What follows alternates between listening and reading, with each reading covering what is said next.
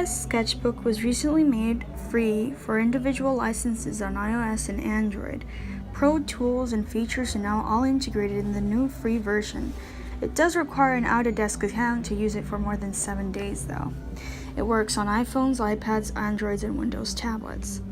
It can get a bit weird to get used to, but there's a lot that this app can do. Though for a canvas size, you can edit that at the start, but from what I've searched online, the app can't crop.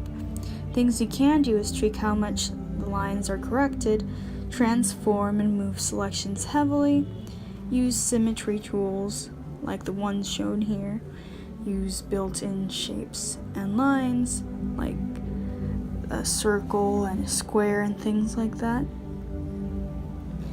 There's rulers in here too, ones for circles and lines as well. There's a fill option where you can fill things in with flat colors or gradients.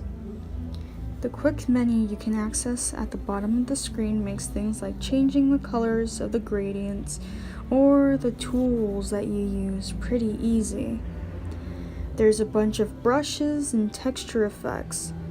The brushes can be tweaked a ton, especially for devices with styluses or the ones with a 3D touch feature like in iPhone 6s and up. The app can simulate pen pressure even with your finger if it has the 3D touch feature. And there's options to change the behavior of the brushes with that, along with other aspects. Of course, there are layers and modes too. You can use the eyedropper tool from the quick menu by dragging the circle and selecting the new color.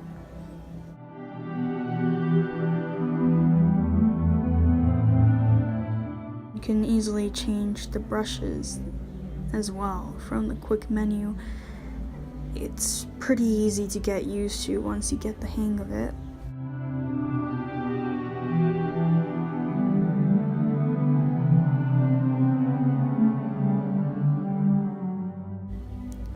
Text making is very decent and can be used for most simple artistic needs. You can flip the text, change the colors, and things like that.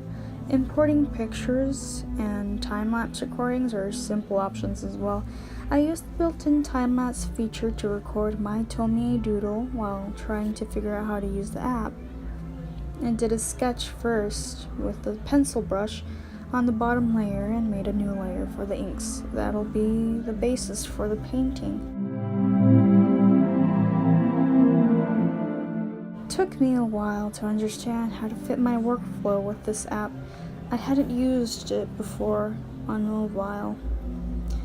I figured out that flipping the canvas was an available option instead of flipping the lines and layers individually like you'll see in a little bit, because I didn't understand where to find the flip canvas option. Apparently it was in the quick menu that's available on the bottom of the screen, like a lot of options are.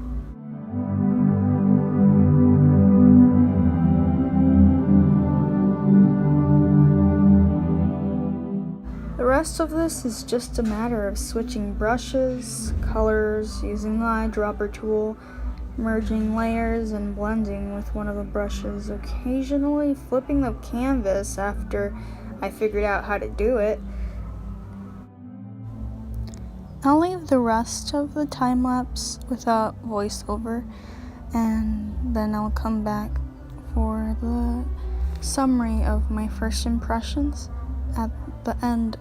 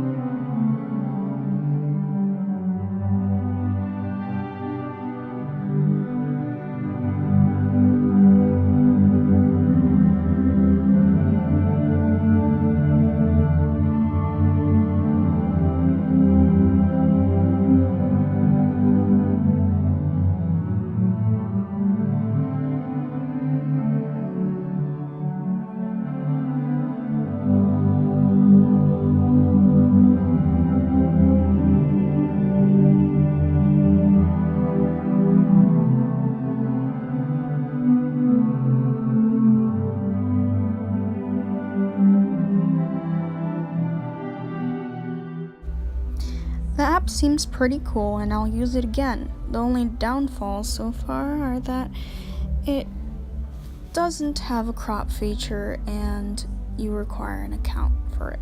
Otherwise, it's pretty robust and pretty cool so far. I would recommend it. It is free after all, especially if you have a 3D touch feature. Come and use it, as it would be a pretty inexpensive way of making art on mobile.